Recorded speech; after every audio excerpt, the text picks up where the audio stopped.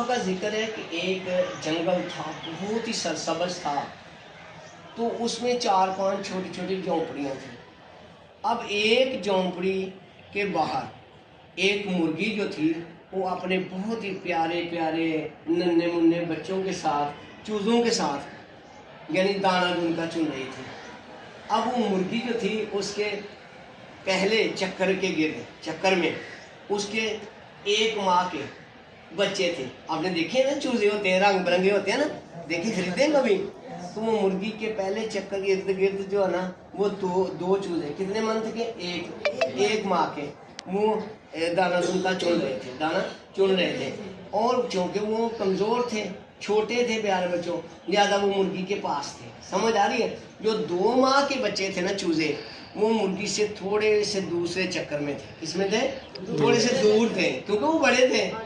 लेकिन याद रखना कि अब इनमें ज़्यादा एनर्जी किन चूज़ों में है? पहले चक्कर वालों के दूसरे वालों में। क्यों बोला? उनकी उम्र ज़्यादा है, बड़े हैं। तो बेटा यानी वो जो दूसरे चक्कर में चूजे थे वो कितने थे? 8। कितने थे? 8 थे। अब जो 3 माह के बच्चे थे चूजे थे वो तीसरे चक्कर में थे। किसमें थे? और वो तकरीबन 18 थे, 18 चूजे थे, रंग बिरंगे, बड़े प्यारे प्यारे। समझ आ रही है? तो अब जो चूजे जो थे 4 माह के, वो बड़े थे, उनकी एनर्जी ज्यादा थी, वो बड़े तवाना थे, सेहतमंद थे। वो चौथे चक्कर में घूम रहे थे। कितने चक्कर में? तो इस तरीके से सारे चूजे अपनी मामा के इर्द गिर्द मुख्तलिफ चक्रों के अंदर क्या दाना दुनका चुन रहे थे, खा पी रहे थे। समझ आ रही है? तो प्यारे बच्चों, एक दिन पता क्या हुआ, जब वो अपने ध्यान से चूजे दाना दुनका चुन रहे थे तो यकदम क्या हुआ, एक कौवा आया। उसने देखा कि इतने प्यारे खूबसूरत चूजे हैं मुर्गी के, तो उसके मुंह में पानी आ गया। उसने पता प्यारे बच्चों क्या, उसने पूरी अपनी एनर्जी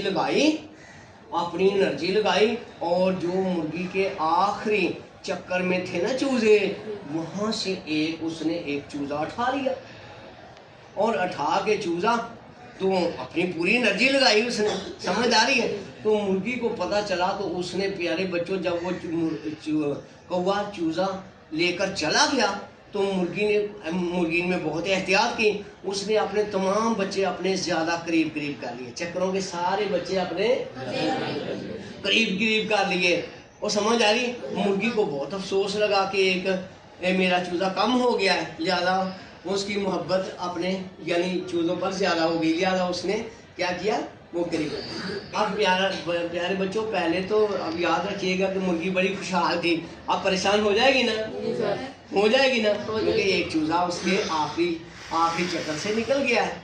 अब प्यारे बच्चों, जब कौवा वो चूजा लेकर अपने घोंसले में अपने मामा पापा के पास गया तो उसके मामा पापा बहुत नाराज हुए कि बेटा ऐसा काम नहीं करते, तुमने गलत काम किया है? चलो जाओ और ये चूजा वहाँ वापस रख के आओ, मुर्गी को चूजा वापस करो, उसके आखिरी चक्कर में रख के आओ। तो प्यारे बच्चों, और उसने कौवे के मामा पापा ने उसको बताया कि देखो करीब एक गांव था, वहाँ शादी थी, वहाँ से हम आपके लिए चिकन की एक बोटी और एक नान का टुकड़ा लेके आए हैं, वो बड़े मज़ेदार हैं, पहले चूजा रख के आओ फिर आके खा लेना। अब कौवे के मुंह में और पानी आ गया कि भाई मैंने आज चिकन खाना है, साथ नान भी है। तो वो लिहाजा जल्दी में गया। जब वो जल्दी में गया तो वो रखने जा रहा था चूजा, लेकिन एक दूसरी साथ वाली झोंपड़ी में एक मुर्गी और थी जिसके इर्द गिर्द बच्चे यानी चूजे जो है वो चक्रों में घूम रहे थे। अब उसको पता नहीं चला कौवे को, उसने क्या किया, वो चूजा किस में रखने की कोशिश की, दूसरी मुर्गी में जो करीब थी साथ वाली झोंपड़ी में। अब सारे प्यारे बच्चों, आप सोचते होंगे क्या मुर्गी किसी दूसरे बच्चे को रखती है अपने पास? नहीं ना रखती, वो उससे नफरत करती है। लिहाजा कौवे ने पूरी इस तरह किया, कोशिश की कि मैं चूजा रख लूं, लेकिन वो मुर्गी उसको रखने नहीं दे रही थी। और वो मुर्गी की जो एनर्जी थी ना वो लग रही थी, निकल रही थी कि मैंने नहीं रखना। आखिर कौवे ने जबरदस्ती वो जो था ना चूजा, उस मुर्गी के आखिरी चक्कर में रख दिया। समझ आ रही है? तो अब जब कौवा वापस चला गया, कौवा वापस चला। अब जो शाम एक कौवा आया, एक खुशहाल मुर्गी थी, खुश थी, और उससे चूजा लेकर चला गया।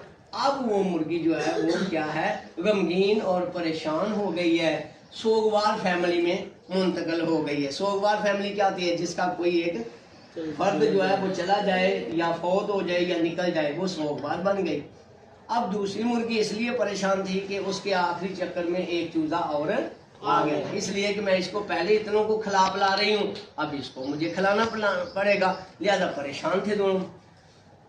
जब दोनों मुर्गियों ने देखा कि हम दोनों, एक का नुकसान हुआ है तो दूसरी में फायदा तो नहीं हुआ, वो भी परेशान है, लिहाजा उन्होंने सोचा कि अगर इस तरह होता रहेगा तो हमारे सारे चूजे ज़ाया हो जाएंगे। लिहाजा उन दोनों ने सलाह की कि हमें थोड़ा सा एक दूसरे के करीब आ जाना चाहिए, एक दूसरे का गम बांटना चाहिए। लिहाजा वो एक, क्योंकि एक का नुकसान हुआ था वो भी परेशान है, दूसरे में इजाफा हुआ था, वो दोनों एक दूसरे के करीब आ गए, एक दूसरे के करीब आ गए। उनमें थोड़ी सी मोहब्बत पैदा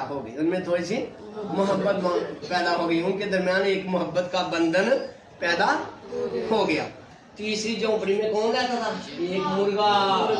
वो मुर्गा बड़ा समझदार और अक्लमंद था। उसने जब ये माजरा देखा तो उसने कहा कि देखो तुम इस तरह करो, अब ठीक है, अब ये चूजा उसको दे दो, अब अपने अपने बराबर हो गए, अब उनका है उनको दे दो, ठीक है। तो अब उसने उनको समझाया, वो चूजा जो आया था ना वो लेके गलती से पता चल गया तो उसने वापस दे दिया। अब दोनों फैमिलियां नॉर्मल हो गई, दोनों मुर्गियां नॉर्मल हो गई, क्योंकि उनकी जो फैमिली के चूजे थे वो पूरे हो गए। साहब आए, सियाने थे, समझदार थे, उसने उनको समझाया कि देखो मेरी बात सुनो, अगर तुम इस तरह तन्हा रहोगे, अकेले रहोगे तो कौवा कोई भी आ सकता है, तुम्हारे चूजे लेकर जा सकता है। तुम इस तरह करो, एक चूजा, एक मुर्गी से कहा एक चूजा उसको दे दो और उसका चूजा तुम ले लो, दोनों की परवरिश करो, शेयर कर लो। क्या उन्होंने, उनकी मुर्गियों की समझ में ये बात आ गई। उन्होंने क्या किया, एक मुर्गी ने अपना चूजा उसको दे दिया और उसने अपना चूजा उसको दे दिया। अब दोनों चूजे दरमियान में शेयरिंग हो रहे, एक ही शेयर किया। तो प्यारे बच्चों, तो दोनों मुर्गियां बहुत खुश हो रहने लगी, क्योंकि उन्होंने एक चूजा शेयर किया था और वो उसकी परवरिश कर रही थी, वो उनके बच्चे की परवरिश कर रही थी। तो बेटा फिर एक दिन वहां से उस मुर्गे का गुजर हुआ, उसने देखा माशाल्लाह अब बड़ा इनका प्यार बढ़ रहा है, इनके दरमियान एक रिश्ता, एक बंधन मजबूत होता गया है। उसकी समझ में आया तो उन्होंने मुर्गे को कहा कि आप इस तरह करो, मुर्गे ने उनको कहा कि आप मुर्गियों तुम इस तरह करो कि दो चूजे आपस में शेयर कर लो। समझ आ रही है कि ये वाली मुर्गी अपने 2 चूजे उसको दे दे और वो वाली अपने 2 चूजे इनको दे दे। अब बेटा जब उन्होंने 2 चूजे शेयर कर लिए तो उनके दरमियान जो बंधन था, जो उनके दरमियान बॉन्ड था, जो मोहब्बत का रिश्ता था, वो और ज्यादा मजबूत होता गया। एक दिन फिर मुर्गा वहां से गुजरा, उसने देखा कि उसे पता था कि वो सामने जंगल के ऊपर एक पहाड़ है, वहां पे एक चट्टान है और चट्टान पे रहता है ईगल। ईगल में क्या होता है, बाज, शहबाज, समझ आ रही, ईगल देखा ना आपने। उसने, वो मुर्गा बहुत समझदार था, उसने उनको समझाया कि देखो वो सामने चट्टान पे ईगल ने बच्चे दे दिए हैं, अपने बच्चे, उनको गोश्त की जरूरत है, कहीं ये ना हो कि तुम्हारा चूजा उठा के ले जाए। लिहाजा तुम इस तरह करो कि अपने 3 बच्चे शेयरिंग करो। समझ आ रही है, ये पहले वाली मुर्गी अपने 3 चूजे दूसरी मुर्गी को दे दे, दूसरी जो है अपने 3 बच्चे पहली को, ताकि तुम्हारे जो यानी ज्यादा मोहब्बत बढ़ जाए, ताकि कोई दुश्मन तुम्हारे चूजे उठाकर ना ले जाए, ठीक है। तो बेटा अब उन्होंने 3 चूजे आपस में शेयर कर दिए, जिससे उनके दरमियान मोहब्बत भी बढ़ गई। अब उनका किसी को जरूरत नहीं थी कि उनके चूजे लेके जाता है। तो प्यारे बच्चों, ये एक कहानी थी बड़ी दिलचस्प। एक्चुअली ये कहानी एक एटम की कहानी थी। क्या थी, देखो बेटा ये वाला देखो, ये एक्चुअली ये मुर्गी है। हम यहाँ पे एटम के न्यूक्लियस को मुर्गी से तशबीह दे रहे थे। ये क्या है, मुर्गी है, और इसके गिर्द जो पहला चक्कर है, ये जो चक्कर है इसमें मैंने बताया 2 चूजे थे, 2 चूजे, उनकी उम्र 1 माह थी, और इनकी 1 माह थी, 2 चूजे थे। और अगले चक्कर में बेटा ये कितने माह के बच्चे थे? 2 माह के। तो लिहाजा इस चक्कर, ये दूसरा चक्कर है और ये तीसरा चक्कर। तीसरे में क्या 18 चूजे थे, यानी हम चूजों से मराद इलेक्ट्रॉन लेंगे। क्या लेंगे? मुर्गी से मराद क्या है? न्यूक्लियस। और चूजों से क्या मराद होगी? इलेक्ट्रॉन।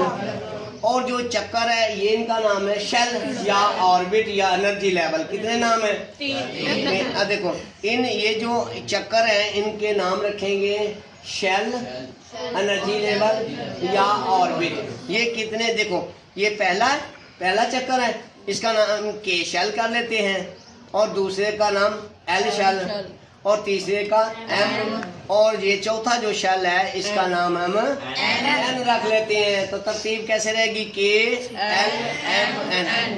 के में कितने कितने इलेक्ट्रॉन है? 2। एल में कितने? 8। और तीसरे में कितने? 18। और ये जो आखिरी शेल है एम 32 कम भी हो सकते हैं, कई मुर्गियों के पास कम भी होते हैं ना बेटा, कुछ चूजे कम भी होते हैं। तो ये तो प्यारे बच्चों, अब जब इसके इलेक्ट्रॉन एक चूजा निकल जाएगा तो ये क्या था? पहले तो प्यारे बच्चों पहले एटम था, समझे, जैसे मुर्गी का खानदान खुशहाल था पहले, लेकिन जब वो एक चूजा चला गया वो क्या हो गया? सोगवार बन गई, परेशान हो गई। तो प्यारे बच्चों जब एक किसी एटम से एक इलेक्ट्रॉन निकल जाता है तो प्यारे बच्चों वो फिर आयन बन जाता है। क्या बन जाता है? आयन। कौन सा? Positive ion.